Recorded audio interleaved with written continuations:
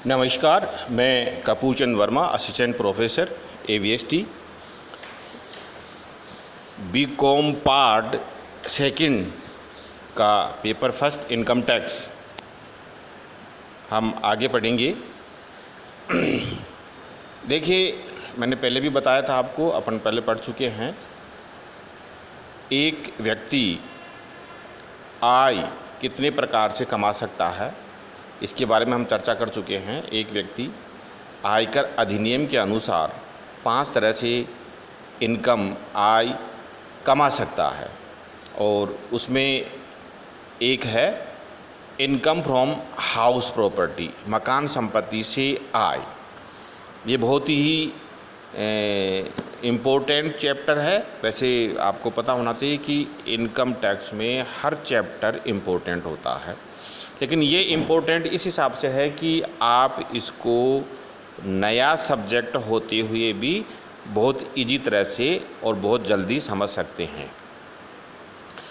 देखिए, एक व्यक्ति के पास में एक मकान हो सकता है, एक से अधिक मकान हो सकते हैं, लेकिन हम इनकम फ्रॉम हाउस प्रॉपर्टी के अंतर्गत रहने की यूनिट्स के आधार पर आय की गणना करते हैं।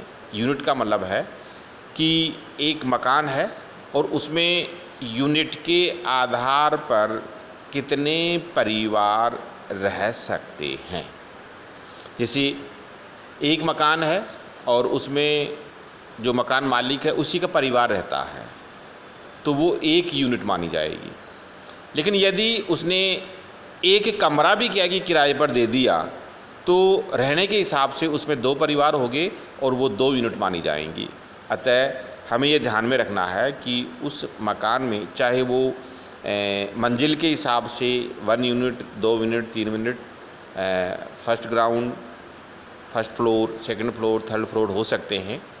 लेकिन यदि उसमें एक ही परिवार रहता है, मकान एक ही है और उसमें एक ही परिवार रहता है, तो वो आयकर अधिनियम के अनुसार 1 यूनिट मानी जाएंगी। यदि उसमें 2 परिवार रहते हैं तो वो इनकम टैक्स एक्ट के अनुसार 2 यूनिट मानी जाएंगी। यदि उसमें 3 परिवार रहते हैं तो 3 यूनिट मानी जाएंगी, और यदि 4 माने जाते हैं, 4 परिवार उसमें रहते हैं, तो वो 4 यूनिट मानी जाएंगी इनकम टैक्स एक्ट के अनुसार आय की गणना के लिए। ये आप अच्छी तरह समझना चाहिए।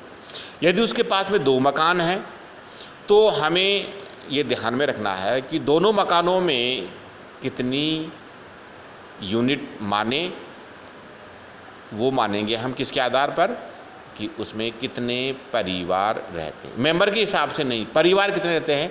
जैसे हमने एक कमरा दिया, एक ही व्यक्ति को दिया, तो उसको हम परिवार मानते हुए 1 यूनिट मानेंगे। अतः हमें ध्यान में रखना है कि मेंबर्स यहाँ इम्पोर्टेंट नहीं है, मेंबर्स को ध्यान में नहीं रखना है। हमें ध्यान में रखना क्या, परिवार के ध्यान के हिसाब से क्या है कि उसमें यूनिट हम मानेंगे। कोई भी आय मकान संपत्ति से आय शीर्षक में तभी कर योग्य होगी जब निम्न 3 शर्तें या 3 बातें पूरी हों। नंबर 1, आय मकान अथवा मकान के साथ लगी हुई भूमि से हो। कई बार हमें देखते हैं कि हमारा मकान है और मकान के साथ में खाली भूमि, खाली जगह पड़ी हुई है, तो वो उस मकान का हिस्सा मानते हुए दोनों को हम 1 यूनिट मानेंगे। लेकिन यदि उनका पर्पज अलग अलग है, जैसे मकान हमने किराए पर दे दिया एक परिवार को, और उसके साथ में हमारे पास में खाली ज़मीन है, हमने उसको किसी दूसरे को दे दिया, तो वो मकान के साथ ज़मीन नहीं मानी जाएगी। ये ध्यान में रखना है। मकान संपत्ति में सभी प्रकार के मकान, जैसे रहने के मकान, बंगले, दुकान, दफ्तर, गोदाम, कारखाना भवन, भंडार गृह एवं अन्य भवन को हम शामिल करते हैं।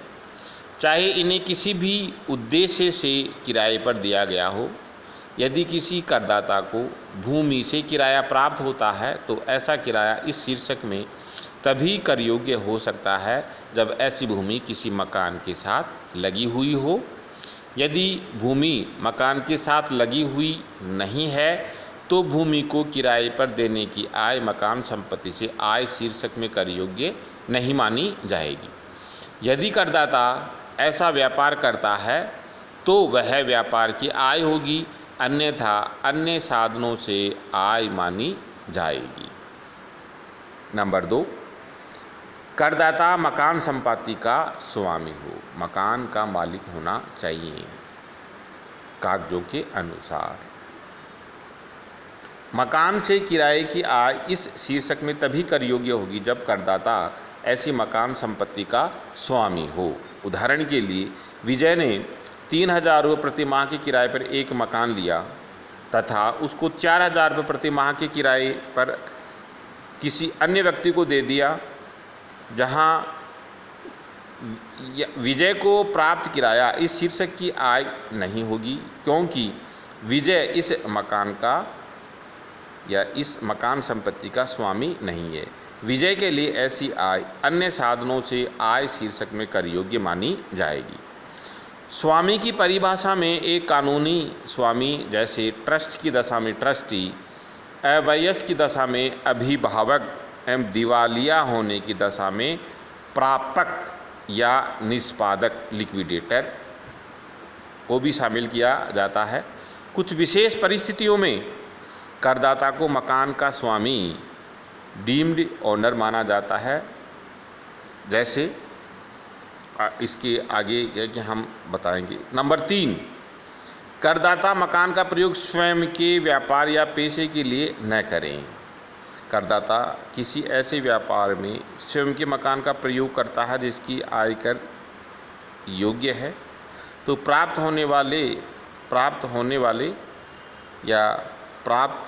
होने योग्य किराए को आय नहीं माना जाता है और व्यवसाय में ऐसे कल्पित किराए की कटौती भी नहीं मिलती है। इसके विपरीत यदि मकान का प्रयोग किसी ऐसे व्यवसाय में हो जिसकी आयकर मुक्त है तो ऐसे व्यवसाय से प्राप्त हो सकने वाला किराया कर योग्य होगा। निम्नलिखित दशाओं में मकान का प्रयोग व्यवसाय के लिए माना जाता है। वह मकान संपत्ति जिसको करदाता अपने व्यापार या पेशे को सुचारू रूप से चलाने के लिए अपने किसी कर्मचारी को रहने के लिए देता है तो वह निम्न मकान का प्रयोग व्यवसाय के लिए ही माना जाएगा। मतलब जैसे किसी व्यक्ति का बिजनेस है और उस बिजनेस में जो काम करने वाला, व्यवसाय में काम करने वाला जो व्यक्ति है वो किसी उसके मकान में मकान मालिक के या व्यवसाय के मालिक के मकान में रहता है और व्यवसाय को किराया देता है, तो जो उसे किराया प्राप्त होता है अपने कर्मचारी से जो व्यवसाय में काम करता है वो आयकर अधिनियम के अनुसार व्यवसाय की आय मानी जाएगी। नंबर 2, वह मकान संपत्ति जिसको करदाता बैंक, डाकघर, पुलिस स्टेशन या उत्पाद शुल्क का कार्यालय खोलने के लिए किराए पर देता है जिससे कि वह अपना व्यवसाय सुचारू रूप से चला सके। जैसे व्यवसायी अपने पास में बैंक को दे दिया किराए पर, डाकघर को दे दिया, पुलिस स्टेशन को दे दिया, उत्पाद शुल्क कार्यालय को दे दिया, जो किसी न किसी रूप से व्यापार में काम आ सकता है, व्यापार को सुविधा हो सकती है, तो ऐसे किराए को भी व्यवसाय की आय ही माना जाएगा। ये कई उदाहरण भी दे रखे हैं आपको। इन उदाहरणों के माध्यम से क्या है कि आप आराम से क्या है कि जान सकते हैं कि कौन सा किराया मकान संपत्ति की आय में शामिल करेंगे कि नहीं करेंगे। जैसे केवल मकान से जुड़ी हुई भूमि को 2,000 रुपये प्रति माह किराए पर दिया, केवल भूमि को किराए पर देने से प्राप्त किराया मकान संपत्ति से आय नहीं मानी जाएगी, क्योंकि भूमि से प्राप्त किराया मकान संपत्ति की आय तभी मानी जा सकती है जब भूमि मकान से जुड़ी हुई हो और मकान के साथ किराए पर दी गई हो। करदाता ने एक मकान 4,000 रुपये प्रति माह किराए पर लेकर पुनः 5,000 रुपये प्रति माह किराए पर दिया। मैंने पहले भी समझा दिया था आपको कि एक व्यक्ति ने मकान किराए पर लिया और फिर उस मकान को दूसरे को किराए पर दे दिया। अतः जो मकान मालिक है उसको जो किराया प्राप्त हुआ उसको तो इनकम फ्रॉम हाउस प्रॉपर्टी में वो शामिल कर लेगा, लेकिन जो बीच वाली कड़ी है वो मकान का स्वामी नहीं है लेकिन किराया भी प्राप्त कर रहा है, तो भी उसका जो किराया प्राप्त कर रहा है वो इनकम फ्रॉम हाउस प्रॉपर्टी में शामिल नहीं किया जाएगा, क्योंकि वो मकान का मालिक नहीं है। नंबर 3, करदाता ने व्यवसाय के हित में व्यवसाय का एक मकान किसी कर्मचारी को 3,000 रुपये प्रति माह किराए पर दिया। मैंने अभी भी चर्चा की है कि व्यवसाय में काम करने वाला कर्मचारी व्यवसाय के मालिक के मकान में किराए पर रहकर रहता है और उससे जो प्राप्त किराया है वो व्यवसाय की आय मानी जाएगी, न कि income from house property. Next, करदाता ने व्यवसाय के हित में व्यवसाय का एक मकान कारखाना परिसर में एक बैंक को 3,000 रुपये प्रति माह किराए पर दिया। अभी हमने चर्चा की थी कि बैंक को किराए पर देते हैं और बैंक की वजह से व्यवसाय में सुविधा मिलती है, अतः बैंक से जो किराया प्राप्त होगा वो इनकम फ्रॉम हाउस प्रॉपर्टी में शामिल नहीं करेंगे, वो मानी जाएगी व्यवसाय की आय। करदाता ने अपने कपड़े के व्यापार हेतु मकान का प्रयोग एक गोदाम के रूप में किया। यदि मकान का प्रयोग ऐसे व्यवसाय में किया जाए जिसकी आय कर योग्य है तो ऐसे मकान से प्राप्त होने वाला किराया को किसी भी शीर्षक की आय नहीं माना जाएगा। कपड़े के व्यवसाय की आय कर योग्य होती है, अतः इसे मकान संपत्ति से आय नहीं माना जाएगा। नंबर 6, करदाता ने भारत में स्थित कृषि भूमि से उत्पन्न हुई फसल के विक्रय हेतु शहर में स्थित मकान का प्रयोग एक गोदाम के रूप में किया। यदि मकान का प्रयोग ऐसे व्यवसाय में किया जाए जिसकी आय कर मुक्त है तो ऐसे मकान से प्राप्त होने योग्य किराया मकान संपत्ति से आय माना जाएगा। भारत में स्थित कृषि भूमि एवं कृषि भूमि पर स्थित मकान से आय कर मुक्त है, परंतु चूंकि मकान कृषि भूमि पर स्थित नहीं है इसलिए प्राप्त होने योग्य किराया मकान संपत्ति से आय माना जाएगा। तो इस प्रकार से हमारा जो ये चैप्टर था मकान संपत्ति से आय बहुत इजी है, समझने योग्य है और मैं समझता हूँ कि आपको समझ में अच्छी तरह आ गया होगा। नेक्स्ट, मकान का माना गया स्वामित्व एवं मानी गई आय, मतलब किन किन परिस्थितियों में हम मकान का स्वामी हम मानते हैं। जीवन साथी को मकान का हस्तांतरण, यदि करदाता अपना मकान अपने वैवाहिक जीवन साथी को बिना पर्याप्त प्रतिफल के और बिना अलग रहने के समझौते के हस्तांतरित कर देता है तो ऐसी मकान संपत्ति का स्वामी वह व्यक्ति माना जाएगा जिसने मकान का हस्तांतरण किया है, वो ही उसका मालिक माना जाएगा। अवयस्क पुत्र या पुत्री को मकान का हस्तांतरण, यदि कोई करदाता अपना मकान अपने अवयस्क पुत्र पुत्री को बिना पर्याप्त प्रतिफल के हस्तांतरित कर देता है तो ऐसे मकान का स्वामी वह व्यक्ति माना जाएगा जिसने मकान का हस्तांतरण किया है। यदि मकान का हस्तांतरण अवयस्क वैवाहिक पुत्री को किया जाए तो मकान हस्तांतरण करने वाले का न होकर वैवाहिक पुत्री का ही माना जाएगा। नंबर 3, अविभाज्य संपत्ति। अविभाज्य संपत्ति से तात्पर्य HUF हिंदू अविभाजित परिवार की ऐसी संपत्ति से है जिसका विभाजन परिवार के सदस्यों में नहीं किया जा सकता है। ऐसी मकान संपत्ति परिवार के किसी एक सदस्य को परिवार की संपत्ति के रूप में दी जाती है और ऐसी संपत्ति का धारक ही मकान संपत्ति का स्वामी माना जाएगा। सहकारी समिति, आवासन मंडल अथवा विकास प्राधिकरण द्वारा आवंटित मकान। यदि कोई मकान किसी करदाता को किसी भवन निर्माण योजना में आवंटित किया गया है अथवा पट्टे पर दिया गया है तो उस व्यक्ति को उस मकान या फ्लैट का स्वामी माना जाएगा जिसे मकान आवंटित किया गया है। यदि मकान का पंजीकरण नहीं हुआ है, यदि क्रेता ने आंशिक अथवा पूर्ण प्रतिफल का भुगतान करके मकान क्रय किया है तो उसका पंजीकरण करवाना अनिवार्य नहीं है। अनेक बार पूरा भुगतान न करने के कारण पंजीकरण व्यय बचाने हेतु अथवा किसी कानूनी रुकावट के कारण क्रेता मकान का पंजीकरण नहीं करवाता है। ऐसी दशा में भी क्रेता को ही मकान क्रय अनुबंध के आधार पर मकान का स्वामी माना जाएगा। मकान क्रय का अनुबंध लिखित में एवं हस्तांतरणकर्ता द्वारा हस्ताक्षरित होना चाहिए, तभी ये माना जाएगा। नंबर 6, जब किसी मकान को 12 वर्ष या अधिक अवधि के लिए पट्टे पर प्राप्त किया जाए। यदि कोई मकान 12 वर्ष या अधिक अवधि के पट्टे के अंतर्गत प्राप्त किया है तो ऐसे मकान का स्वामी उस व्यक्ति को माना जाएगा जिसने मकान पट्टे पर प्राप्त किया है।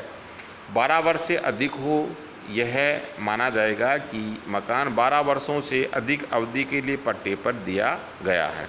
परंतु यदि मकान कुछ माह के लिए पट्टे पर दिया है और कुछ वर्षों तक मासिक आधार पर पट्टे की अवधि बढ़ाई जा सकती हो तो चाहे कितने ही वर्षों तक ऐसा करने का प्रावधान हो, यह मानेंगे कि मकान 12 वर्षों के लिए पट्टे पर नहीं दिया गया है क्योंकि प्रत्येक बार अल्पकालीन पट्टा अनुबंध है।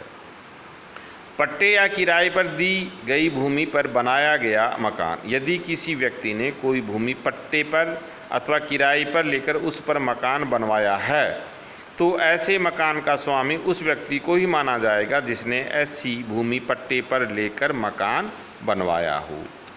ऋण हेतु गिरवी रखा हुआ मकान। यदि किसी व्यक्ति ने ऋण लेने हेतु अपना मकान किसी अन्य व्यक्ति के पास गिरवी रखा हुआ है तो जिस व्यक्ति ने अपना मकान गिरवी रखा है वह व्यक्ति उस मकान का स्वामी माना जाएगा, न कि वह व्यक्ति जिसके पास मकान गिरवी रखा हुआ है। विवादग्रस्त मकान। यदि किसी मकान संपत्ति के स्वामित्व के संबंध में कोई विवाद चल रहा है तो ऐसे मकान का स्वामी उस व्यक्ति को माना जाता है जो वास्तव में उस मकान का किराया प्राप्त कर रहा है। नेक्स्ट, मकान संपत्ति की कर योग्य आय। निम्न प्रकार की आय मकान संपत्ति से आय शीर्षक में कर योग्य होगी, चाहे प्रकट रूप में वह संदेह होता हो कि यह इस शीर्षक की आय है अथवा नहीं। विदेश में स्थित मकान से आय, चाहे भारत में हो या भारत के बाहर हो, मकान से प्राप्त किराया इसी शीर्षक में कर योग्य होगा। विदेश में स्थित मकान की दशा में भारत के बाहर चुकाए गए स्थानीय कर अथवा नगरपालिका कर की कटौती दी जाएगी। मकान से प्राप्त मिश्रित किराया। यदि कोई व्यक्ति अपना मकान किराए पर देने के साथ साथ अन्य सुविधाएं अथवा चल संपत्तियों के प्रयोगों की सुविधा भी देता है तो ऐसे मकानों के संबंध में निम्नलिखित 2 प्रकार की स्थितियां हो सकती हैं। जब मकान एवं सुविधाओं का किराया अलग अलग तय हो। यदि मकान का स्वामी मकान के साथ साथ अन्य सुविधाएं जैसे बिजली, पानी, लिफ्ट, सफाई, चौकीदार आदि भी किराएदार को प्रदान करता है और ऐसी सुविधाओं का मूल्य अलग से दिया जाता है तो मकान का किराया मकान संपत्ति से आय शीर्षक में कर योग्य होगा और सुविधाओं का शुल्क ऐसी सुविधाओं की लागत घटाकर अन्य साधनों से आय शीर्षक में कर योग्य माना जाएगा। जब मिश्रित किराए में से सुविधाओं का किराया अलग से ज्ञात हो सके। जब अलग अलग किराया तो तय न हो, परंतु किसी निश्चित आधार पर ऐसी सुविधाओं का मूल्य अलग से ज्ञात किया जा सके, तो कुल प्राप्त किराए में से ऐसी सुविधाओं का मूल्य घटाकर शेष राशि मकान संपत्ति से आय शीर्षक में कर योग्य मानी जाएगी। जब लिफ्ट, पानी, बिजली की सुविधा दी गई हो तो ऐसी सुविधाओं का मूल्य मिश्रित किराए में से घटाकर मकान से किराए की आय ज्ञात की जाती है। जब मिश्रित किराए में से सुविधाओं का किराया अलग से ज्ञात न हो सके अथवा मकान इन सुविधाओं के बिना किराए पर देना संभव न हो, जब फैक्ट्री या सिनेमा हॉल को किराए पर दिया जाता है तो मकान के साथ साथ प्लांट, मशीनरी और फर्नीचर आदि भी किराए पर दे दी जाती हैं और इन सब का मिश्रित किराया प्राप्त होता है। तो ऐसी स्थिति में पूरे किराए की राशि अन्य साधनों से आय या व्यवसाय से आय शीर्षक में कर योग्य होगा। यदि किसी स्थिति में मकान एवं मकान के साथ उपलब्ध कराई गई सुविधाओं, फर्नीचर, प्लांट, मशीन आदि का किराया अलग अलग तय कर दिया जाए, परंतु मकान के साथ अन्य सुविधाएं प्रदान किए बिजली बिल बिना किराए को किराए पर देना संभव न हो, तो मकान एवं सुविधाओं का सम्मिलित किराया अन्य साधनों से आय शीर्षक कर योग्य होगा। उदाहरण के लिए यदि कारखाना भवन का किराया 5,000 रुपये प्रति माह एवं उसमें लगी गई मशीनों का किराया 3,000 रुपये प्रति माह अलग अलग से तय किया जाए तो भी पूरी 8,000 रुपये प्रति माह की आय अन्य साधनों से आय मानी जाएगी, क्योंकि मशीनों के बिना कारखाने को किराए पर देना संभव नहीं होगा। यदि करदाता होटल व्यवसाय की तरह सुसज्जित मकान किराए पर देने के व्यवसाय में संलग्न है तो पूरी किराए की राशि व्यवसाय से आय शीर्षक में कर योग्य होगी।